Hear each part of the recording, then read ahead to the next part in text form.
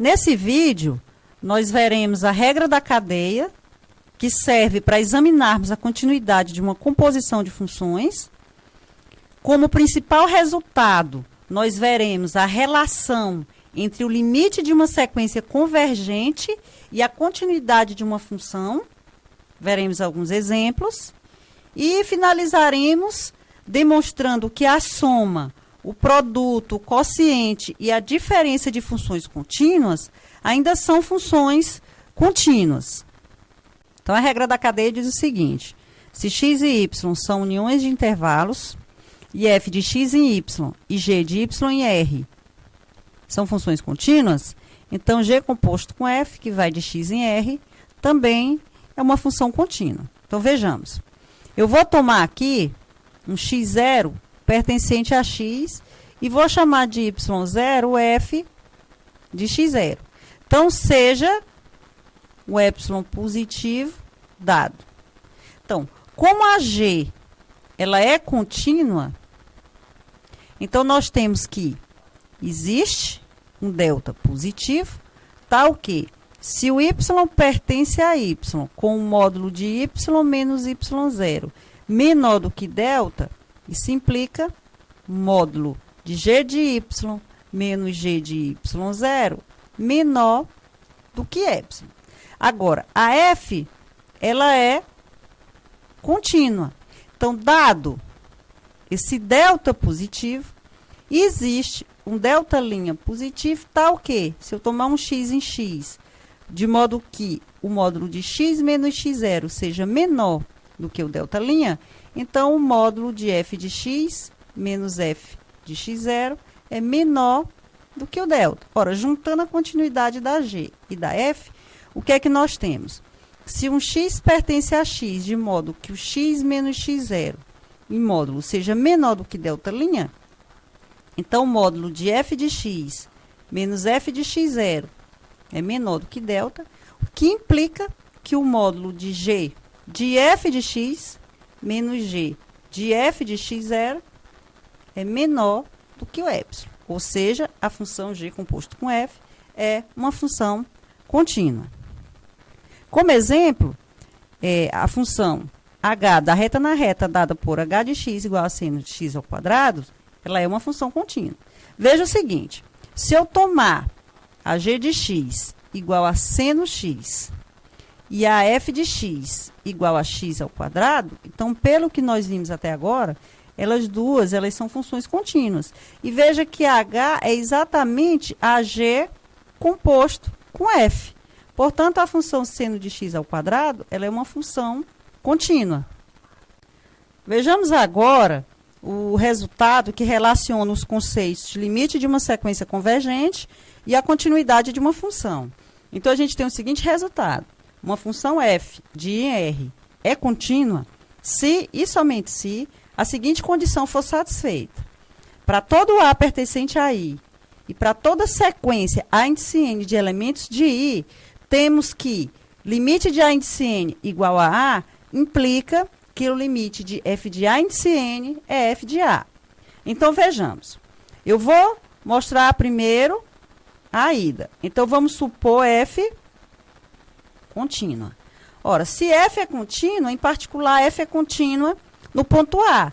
Isso significa que, dado o epsilon positivo, existe um delta positivo tal que, se eu pegar um elemento x de I, de modo que o módulo de x menos A seja menor do que delta, então o módulo de f de x menos o f de A é menor do que epsilon. Agora, eu vou tomar a minha sequência de elementos em I com o limite de A índice N, quando N vai para mais infinito, sendo o A. Ora, isso significa que, dado esse delta positivo, existe um N0 pertencente aos naturais, tal que, se o N é maior do que N0, então o módulo de A índice N menos A é menor do que delta. Então, agora, olha, nós juntamos tudo. N maior do que N0, nós temos que o módulo de A índice N menos A é menor do que delta, o que implica o módulo de f de A índice N menos o f de A menor do que epsilon. Ou seja, o limite de f de A índice N, quando o N vai para mais infinito, isso é o f de A. Agora, vamos provar a volta. Então, a volta é, eu suponho que existe uma sequência de elementos A índice N que converge para o A, e isso implica que o limite de f de A índice N é igual a f de A. Então, eu quero mostrar que f é contínua. Então, vamos supor que f seja descontínua. Ok? Isso significa que existe um epsilon positivo, tal que para todo delta positivo, nós temos que o módulo de f de x menos o f de A é maior ou igual do que epsilon, certo? Para x pertencente a I, com o módulo de x menos A menor do que delta. O que é que eu vou fazer? Em particular, eu vou tomar o delta como sendo 1 sobre n. Ok? Bom, isso significa que existe uma sequência A índice N, com N maior ou igual que 1 em I, tal que o módulo de A índice N menos A é menor do que 1 sobre N e o módulo de f de A índice N menos o f de A é maior ou igual do que epsilon. Ora, isso aqui implica que o A índice N converge para o A. E aqui implica que o f de A índice N não converge para o f de A.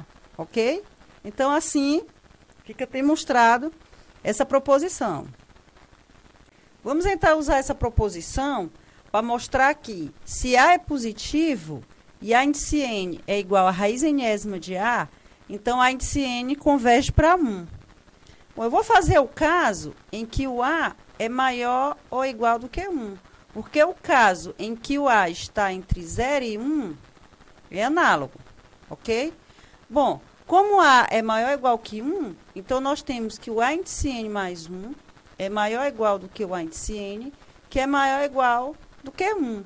Portanto, a minha sequência A índice N, ela é monótona e limitada.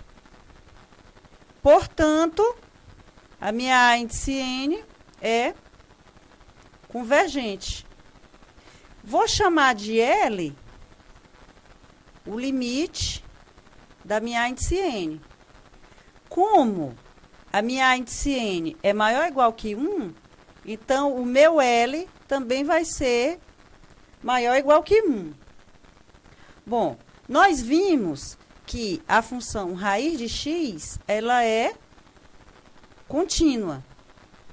Ok? Assim, o que é que nós obtemos? Como a minha A índice N converge para L, então a minha raiz de A índice N converge para a raiz de L. Só que a raiz de A índice N é exatamente o A índice 2N. Por outro lado, a minha A índice 2N, ela é uma subsequência da minha A índice N. Portanto, a minha A índice 2N também tem que convergir para L. Assim, o que é que nós obtemos pela unicidade do limite? Nós obtemos que L é igual a raiz de L. Ou seja, o meu L tem que ser 1, que era o que nós queríamos demonstrar.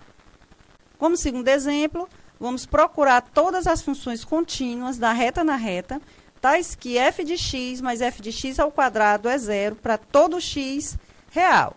Então, seja f uma função satisfazendo as condições do enunciado.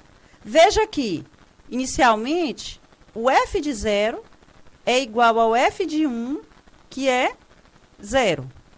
Por outro lado, para x positivo E para todo n pertencente aos naturais, tu mostra, usando indução finita, que o módulo de f da raiz 2 elevado a n de x é igual ao módulo de f de x.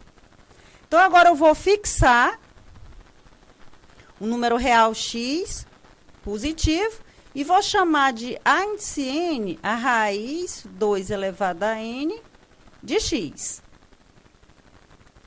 Agora, a função módulo de f, ela é contínua. E a índice n, ela converge para 1, né, pelo exemplo anterior. Portanto, o módulo de f de a índice n converge para o módulo de f de 1, que é 0. Agora, como o módulo de f de a índice n é igual ao módulo de f de x, então isso implica que o módulo de f de x é igual a 0 para todo x positivo, ou seja, f de x é igual a 0 para todo x positivo. Agora, o que é que eu vou fazer? Olha, eu vou tomar um x positivo. Isso aqui, se somente se o menos x é negativo. Assim, o 0 vai ser o f de menos x mais f de menos x ao quadrado. Que isso é f de menos x mais f de x ao quadrado. Agora, para todo x positivo, o f de x é 0. Então, isso aqui sobra só f de menos x. Portanto, a única função satisfazendo as condições dadas é a função identicamente nula. Vamos finalizar com a seguinte proposição. Sejam f e g duas funções contínuas em x0 pertencente a i. Então, item A, as funções f mais ou menos g e f vezes g são contínuas em x0. Item B, se g de x0 é diferente de 0 e j é um subintervalo de i, onde g é diferente de 0, então a função f sobre g também é contínua em x0. Eu vou fazer o item A e o item B é feito de maneira análoga, tá? Então, eu vou tomar uma sequência AN, o n maior ou igual que 1, em I, tal que o limite de A índice n seja x0. Como f é contínua e g é contínua, no ponto x0, então nós temos que o limite de f de A índice n, quando n vai para mais infinito, é igual ao f de x0, e o limite de g de A índice n, quando n vai para mais infinito, é igual ao g de x0.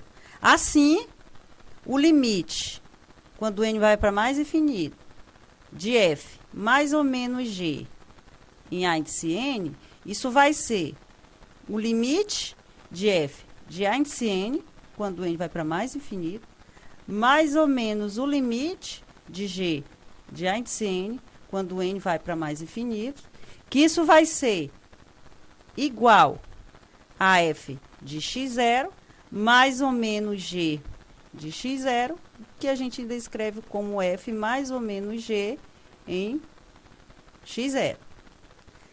Por outro lado, o limite de f vezes g na sequência A índice n, quando n vai para mais infinito, isso vai ser o limite de f de A índice n, quando n vai para mais infinito, vezes o limite de g de A índice n, quando n vai para mais infinito, que isso vai ser f de x0 vezes g de x0, que a gente ainda escreve como sendo f vezes g, no ponto x0. E assim, encerra-se a demonstração. Termino aqui mais uma videoaula. Espero ter contribuído para o aprendizado de vocês. Até a próxima.